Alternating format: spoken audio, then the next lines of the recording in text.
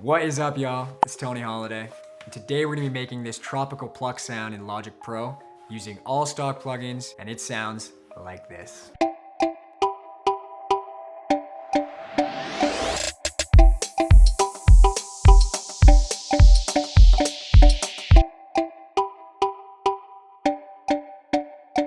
It's kind of like a Matoma, sort of like the old cheat codes remix sort of vibe.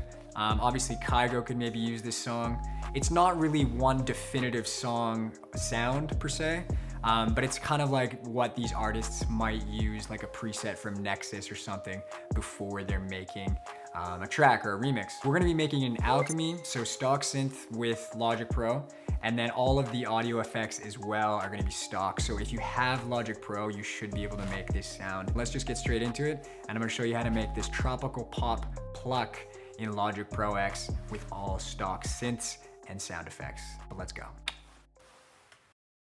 All right, you guys, so first things, you should be able to see my Logic here. What I have there is just the pluck, and it's just attached to this bus here, which is in the track stack. I also have this Apple loop for the drums, a down sweep. This is just kind of like a snare roll that I've made going into that beat, and this is just a sweep up, and then a reverse reverb, which kind of built the ambiance going into that kind of bigger part there. First things first, what we're gonna be doing is just getting an Alchemy, and then let's build the actual synth. So let's go new track, over to software instrument. And under this here, we're gonna go to the channel strip, click instrument, go down to Alchemy, stereo, and this is what it should look like. If it doesn't, let's get on the same page and go File, Initialize Preset. And then we're gonna turn this quality from great to ultra. And what that's gonna do is essentially just make sure that we have the best possible sound coming out of Alchemy. It's actually a pretty simple sound to make. There's not really a whole lot going on in the actual synth. It's all the post-processing that actually gives it its kind of signature, kind of vibey mallet kind of sound to it. So let's just make what we can in Alchemy, and then we're gonna bust everything else out to kind of give it the bigger sound effects in that as well. So the first thing that we're gonna do here is go to this oscillator A tab, and we're gonna change this from a saw. We're gonna click this drop down, load VA, basic, and we're gonna do sine. And this is what the sine wave is gonna sound like with the MIDI with nothing else on it. So that's kind of like the basic tonality of the actual sound, and then what we're gonna do is actually add some more kind of texture to it to really kind of make it come through the mix. Let's go down to oscillator B here and work on the next one. So as you can see, we go to the oscillator B tab. We're gonna actually click on for the oscillator so that turns on. And we're actually gonna go to this drop down again where it says saw. We're gonna click that. And this is one of the kind of more underrated features about Alchemy that I really like. So we'll go import audio. And we actually have all these different sounds in here that we can actually import, which people might not know about. They're essentially used in a lot of the presets. They're not easy to find if you're not actually going through the Alchemy kind of backend here. So what we're gonna be using out of these samples in the back of Alchemy, we're actually gonna go to sound effects.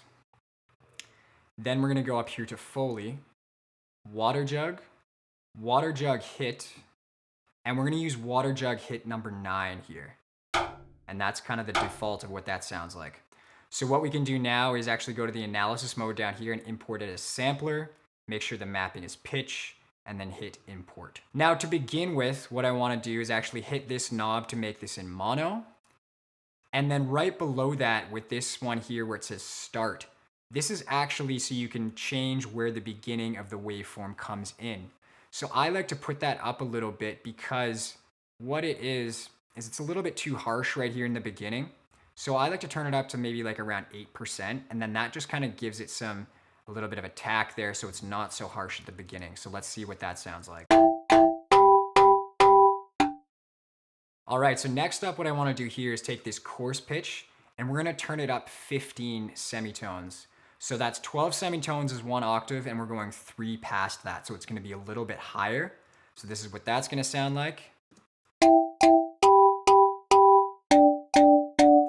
And something that I did forget as well is we need to change this AHDSR to kind of actually be shaped like a pluck. So for that, we're gonna give it a little bit of attack, 0.0063. Decay we can leave as is. Sustain we can bring all the way down and then maybe bring it up to say like, I wanna say maybe like 10%. And the release we're gonna bring all the way down to about 0.013. And let's hear what this sounds like. And what that did is we just actually kind of shortened the actual amplifier envelope to make it more like a pluck. It's got a little bit of attack on it, so you can't hear it right away, but it comes in and then it's very short and it's cut off, which is kind of cool in a lot of traditional tropical pop and things like that. A lot of pop music actually just uses plucks these days. The next thing that I wanted to do here with oscillator B as well is we're gonna turn on this filter. And I actually like to turn the cutoff down just a little bit to take off some of the highs from the actual water jug hit here. They can be a little bit too much. That's pretty much the basic sound that we're gonna be making in Alchemy, you guys. So what you can do here is you can actually save it as here if you wanna just use it as that is. And then you also have the Alchemy Effects down here. I don't personally like the Alchemy Effects that much. I don't think they're very good. I actually like to just essentially do my post-processing in Logic via a bus. I think you get a much better sound that way, and that's how we're gonna do next with this. So in Alchemy, we're pretty much finished there, guys, so we can close that up, and then we can come down here to our channel strip, and we can start to kind of further post-process it here. So on the actual channel strip, there's only one thing that I wanna add, and that's gonna be one audio effect. We're gonna go down to Imaging, Stereo Spread, Stereo.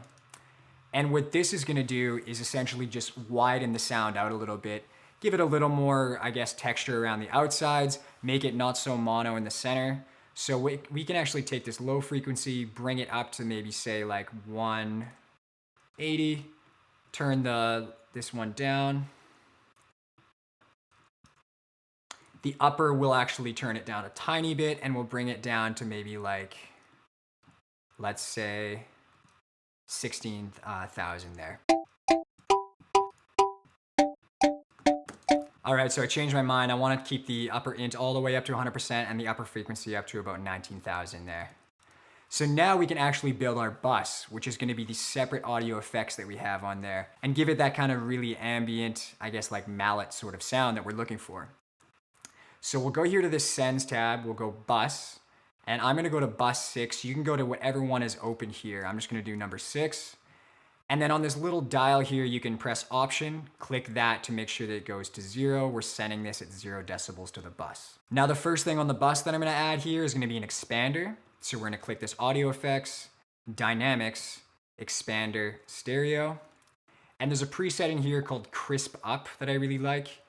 And we're just gonna turn the gain down to maybe negative 1.5 here. So let's take a listen to what this sounds like. So an expander is essentially like the opposite of a compressor. It actually just brings out some of the frequencies that you really were that we were kind of hiding before. So that just essentially widens the sound a little bit as well. Next, after the expander, we're gonna go down here to this, just below there, we're gonna click, and we're gonna go down to Modulation, Chorus, Stereo. And this is again to kind of widen out the sound a little bit. So we're gonna do it very subtly with all these little plugins, but it's gonna come out really nice in the long run. So we're gonna leave the rate at 0.5. Intensity, we're gonna turn up all the way, and we're gonna turn the mix down to about like 20%. Let's see what this sounds like. So at about 19% there, the others are good. And next we're gonna add a stereo delay. So that's gonna be in delay, stereo. Under the global setting here, for routing, we don't want straight, we're gonna do ping pong L. 1/4 and 1/8 are good for the left and right. The low cut will bring up to about, I wanna say 200 on both of them. And the mix for the output, both left and right, let's bring down to maybe like 20, in the 20s kind of. Now, one of the last ones that we're gonna add here is some reverb to really kind of just give it some more texture. So I'm gonna add a Space Designer, and that's actually under Reverb, Space Designer, Stereo. And we can open that up. And let's use a medium style space. We're gonna use a hall reverb, just a medium, a medium hall, a 2-second medium hall. So that's if you go to medium spaces, halls, medium hall, and we can take a listen to this now. I can hear it's way too spacey to begin with. So let's actually go to this output EQ, and we're gonna actually take out some of the low end. So you can change that to 12 decibels. and maybe up to like 180. And some of the high end, just a little bit, we'll bring out. We can go back to the volume envelope. And for the wet knob, we can maybe bring it up just a tad. So as you can start to hear, our sound is really taking shape. One last thing I want to do is add a channel EQ to the rest of this bus here. So you can just click this EQ little box here, and that'll add it right underneath the space designer, as you can see.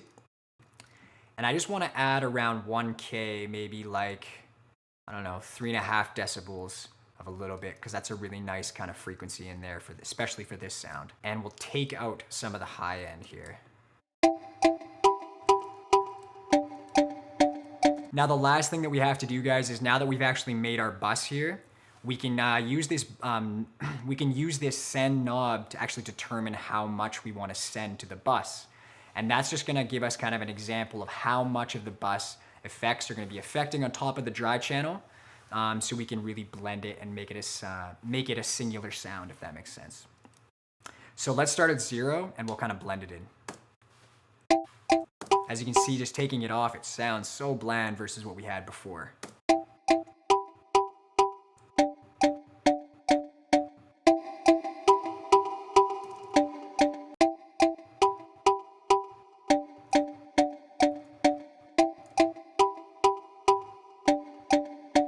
I kind of like it around that -3 region. I think it gives it enough kind of more vibe and ambiance to really bring it out, but it's not hearing too much of that glass hit being echoed around and such. So let's take a listen one more time. I think I left a bit of space here for that little drum fill.